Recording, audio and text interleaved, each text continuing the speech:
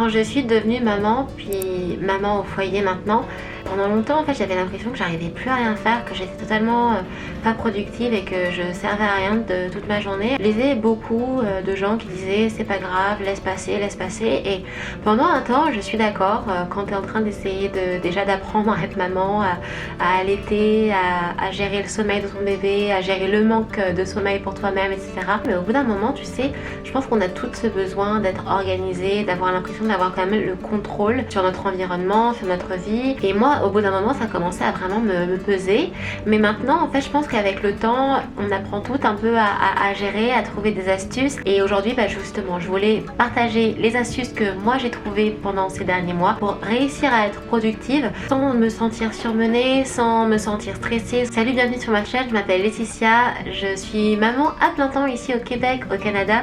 Et sur cette chaîne, je partage un peu tout ce que j'apprends en étant maman au foyer. Donc ça peut concerner la maternité, le budget, on vit qu'avec un seul revenu, ou des astuces concernant l'organisation au quotidien. Justement aujourd'hui c'est le sujet de la vidéo. En tout cas, si ce type de contenu t'intéresse, n'hésite pas à t'abonner pour ne pas manquer les prochaines vidéos. Le premier conseil que j'ai, c'est vraiment de changer la vision que tu as en fait de la productivité. En tout cas moi j'ai dû vraiment faire ça.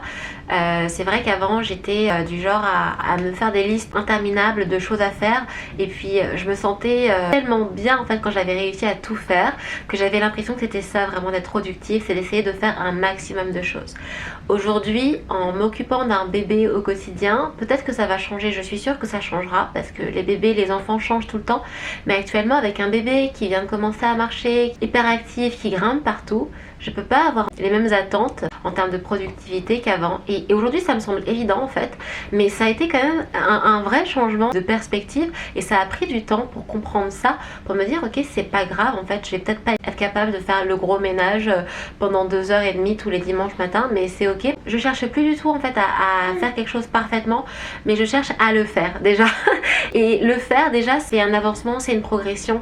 Je me dis toute la journée c'est pas parfait, mais c'est mieux. Et aujourd'hui c'est ça en fait que je cherche, c'est ça mon standard. Alors évidemment avec les années je pense que je vais être capable de faire encore mieux que ce que je fais aujourd'hui, mais c'est ça, c'est d'avoir des attentes qui sont quand même réalistes, d'accepter en fait que c'est une saison de ma vie qui va pas durer pour toujours, et qu'aujourd'hui j'ai décidé que ma priorité c'était de m'occuper de mon bébé, et que évidemment m'occuper de ma maison ça fait partie de m'occuper de mon bébé parce que c'est l'environnement dans lequel elle grandit. Mais voilà, réduire mes attentes, ça a vraiment aidé à me sentir beaucoup moins stressée, et surtout d'avoir pas l'impression d'être constamment dans l'échec. Maintenant je vais vous partager vraiment 5 astuces que tu peux commencer à utiliser dès demain.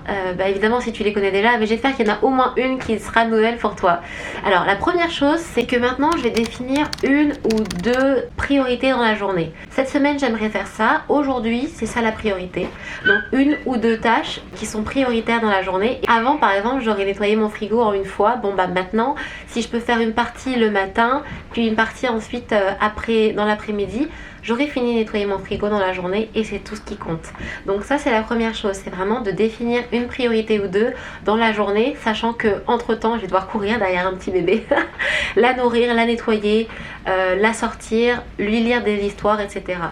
Ensuite, ça serait d'utiliser les siestes de ton bébé intelligemment. Donc selon l'étape dans laquelle tu en es en fait. Je sais que moi au tout début, j'utilisais les siestes de mon bébé pour dormir. J'étais épuisée. Le manque de sommeil, ça m'a frappée quoi. Et j'avais juste besoin de soit dormir, soit juste de me reposer. Si vous entendez un peu de bruit dans c'est ma fille qui est sur le lit juste derrière moi.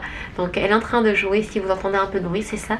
Aujourd'hui, je les utilise justement pour travailler. J'ai dit déjà dans une autre vidéo que je faisais du travail en freelance, donc j'utilise ces siestes pour travailler en freelance. Je sais qu'il y a d'autres personnes qui utiliseraient les siestes pour faire du ménage ou pour faire des soins personnels, des choses comme ça, mais vraiment essayer de planifier la sieste avant d'arriver à la sieste, parce que si tu n'as pas planifié, que tu ne sais pas exactement ce que tu vas en faire, tu risques de te retrouver comme ça, à te dire qu'est-ce que je fais maintenant, et en fait la sieste sera déjà terminée, que tu n'auras rien fait quoi. Le risque c'est vraiment de se retrouver sur Instagram ou juste à scroller en fait sur les réseaux sociaux et à te dire au moins j'ai pris du temps pour moi, alors qu'en vrai de vrai c'est pas du tout le cas en fait. Le troisième conseil que j'ai, c'est d'avoir vraiment des routines qui sont extrêmement simples, c'est à dire que moi j'ai au moins 3 routines.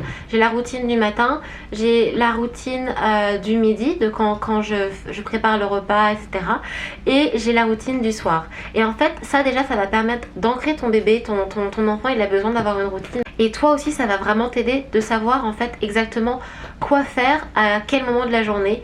Il y a des moments où tu n'auras pas besoin d'avoir une routine et donc tu vas pouvoir être un peu plus créative ou devoir te débrouiller, etc. Avoir ces petites routines simples qui sont déjà définies, qui sont claires, ça va vraiment te permettre d'être beaucoup plus productif parce que tu vas avoir une partie de ton esprit qui sera libérée constamment. D'ailleurs, si jamais ça t'intéresse, moi j'ai une routine gratuite. Tu peux télécharger, elle est dans la barre d'infos, donc n'hésite pas, c'est gratuit, c'est vraiment simple. Et moi je sais que m'inspirer de par-ci par-là, ça m'a permis moi de créer ma propre routine. Donc n'hésite pas à aller dans la barre d'infos. Le quatrième conseil que j'ai, c'est d'encourager le jeu indépendant pour ton bébé. Donc là par exemple, ma fille est en train de jouer juste derrière moi sur le lit. Et petit à petit en fait, elle joue de plus en plus longtemps toute seule. Et c'est pas que j'aime pas jouer avec elle, au contraire, j'adore jouer avec elle et on prend beaucoup de temps pour jouer ensemble. Mais tu peux pas toujours attendre la sieste pour tout faire en fait. Et surtout, à mesure que ton bébé grandit, il va dormir de moins en moins longtemps pendant la journée et au bout d'un moment, ton bébé fera même plus de sieste. Et en fait, il faut être capable d'être productif même quand ton bébé est là. Et donc moi, ce que j'ai fait assez tôt, c'est de soit faire participer mon bébé à mes activités. Donc par exemple, on a une tour d'apprentissage sur laquelle elle peut se mettre quand je suis en train de faire à manger ou je sais pas, en train de faire de la couture ou quoi.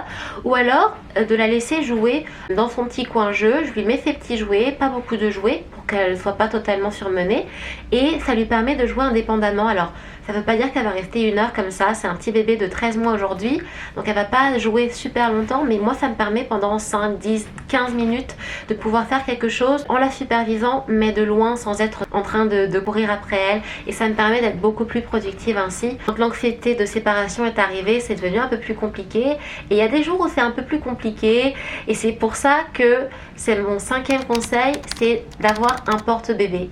Ça peut prendre un temps pour qu'il s'habitue à être sur toi. Parfois ma fille en a marre, parfois elle veut pas être sans moi et parfois elle veut absolument les bras, mais je suis pas capable de la garder dans mes bras parce que j'utilise un couteau, parce que j'ai besoin de me baisser ou tu sais, j'ai vraiment besoin d'être active ou quoi. Je porte mon bébé dans un porte-bébé depuis qu'elle est née et franchement ça m'a sauvée pour vraiment être productive. D'ailleurs moi ma fille ne dort pas dans son berceau ou sur un lit pendant ses siestes, elle dort sur moi. Si je la laisse dans un lit ou sur un berceau, elle va dormir 2 fois moins longtemps et en fait je vais passer plus de temps à l'endormir qu'à être productive en dehors. Si je la garde sur moi grâce au porte-bébé, elle dort beaucoup plus longtemps et donc je peux travailler un peu plus longtemps et justement gagner de l'argent pour nous. Donc je conseille vivement d'avoir un porte-bébé si tu n'as pas de porte-bébé aujourd'hui, et je vais mettre mes porte-bébés favoris dans la barre d'infos juste en bas. Donc voilà pour mes astuces, pour mes conseils. Moi ce que j'ai appris vraiment, c'est que fallait que je laisse un peu tomber l'idée de perfection. Je ne suis pas Brie Van de Camp et de toute façon même pour Brie Van de Camp ça marchait pas en fait, ça marchait clairement pas, et je préfère vraiment essayer de toujours être dans le progrès, toujours essayer d'améliorer ma maison plutôt que de chercher à ce qu'elle soit parfaite, parce que à la fin de la journée, ce qui compte pour moi, c'est de pouvoir passer du temps avec ma fille. L'environnement dans lequel elle grandit et elle évolue doit être propre.